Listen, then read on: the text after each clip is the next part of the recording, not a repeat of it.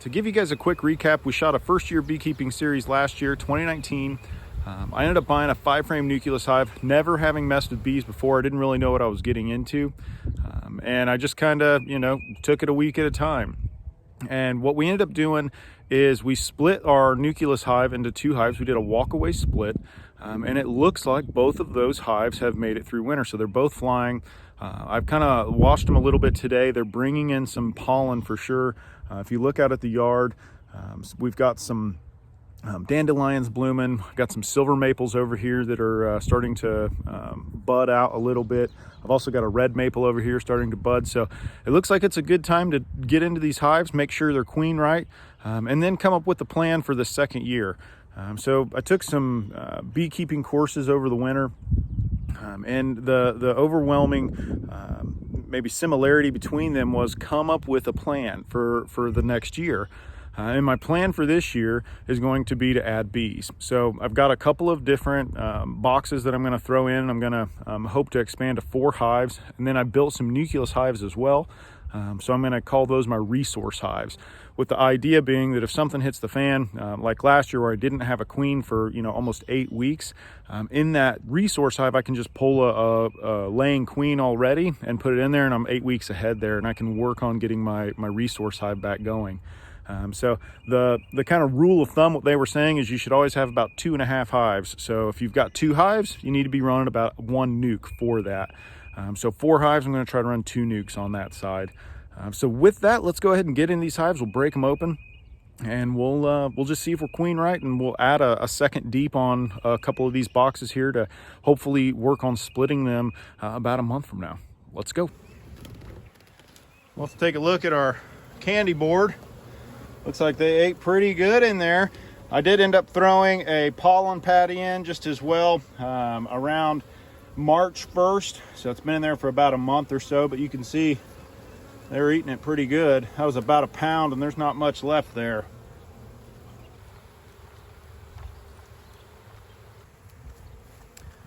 Lots of nectar. You can see a good pollen color in there, a lot of yellows and whites, and then a lot of nectar as well.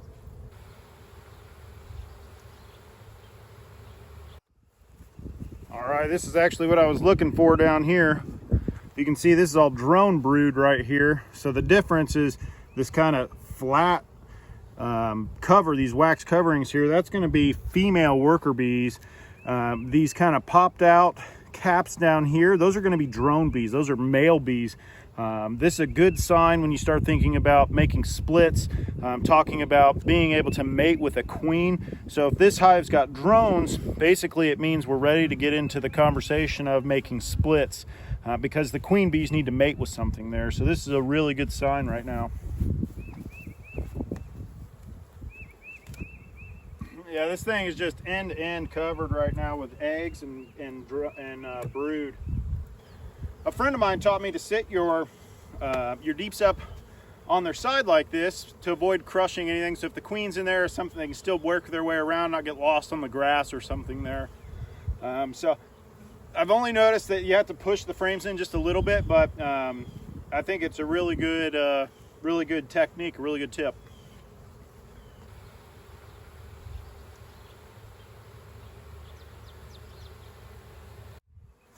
All right, so here's time for the plan. So she's definitely laying in the top box. There's eggs, larvae, all stages in there.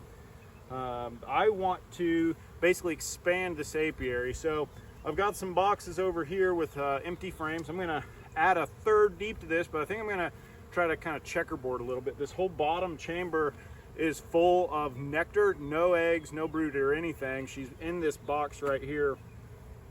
But I'm just gonna add a box on top. So that they can, I guess, start to build some comb and hopefully expand out when this brood hatches. It's gonna blow up with bees here. So that's gonna be my plan for today. So this frame actually just broke, so I'm gonna go fix that too.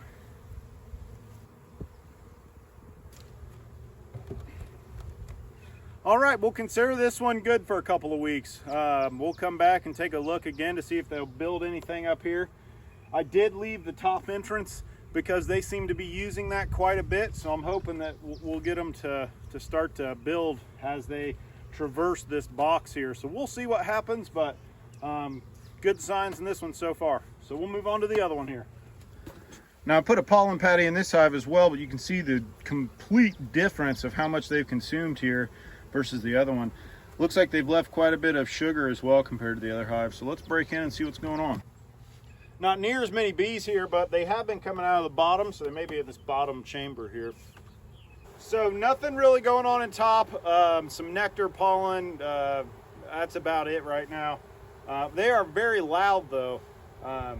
I've watched a lot of different videos that have said if you can hear them like this, it's usually an indication that they're queenless.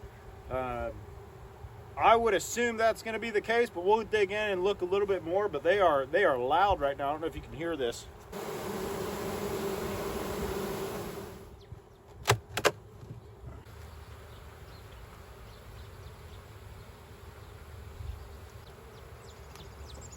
Oh wow, they're so loud. See if you can hear this.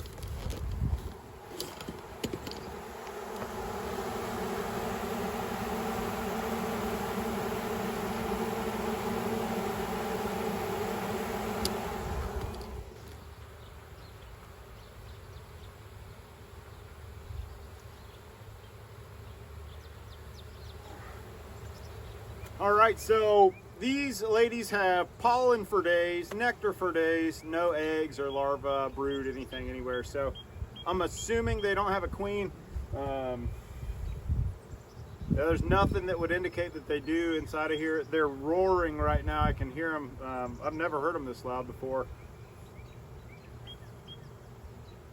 So I guess that's a good sign. We looked for drone brood in the other hives. We know they've got some drones on the way. You need drones to mate with queens.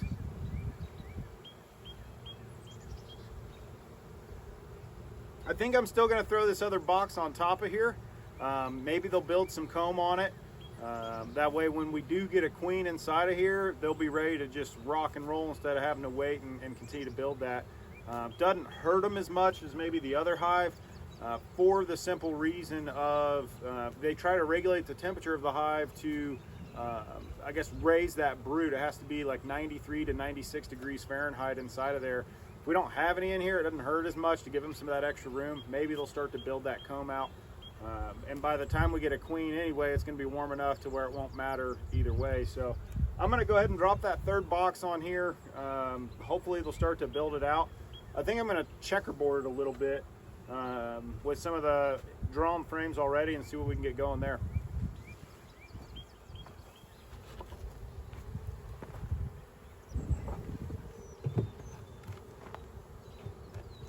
A couple of things. One, that your hive can maybe make it through, but your queen may not. So that was the queen that came from the nucleus hive originally. So I don't know much about her beyond that she was good for the first year, so maybe that's just normal. So we need to see about getting a queen inside of here. I'll do some noodling on that and figure out what's next there. It was good that we're some drone brood in that first hive. That means there are some drones maybe out and about that we'll be able to mate with. So we'll maybe give it a couple more weeks before we do anything with this one with the queen. We'll just see if they make some comb for us here first. And you know, we'll take it a couple of weeks at a time, take it a day at a time, see what goes on there. But with that, I appreciate you guys tuning in.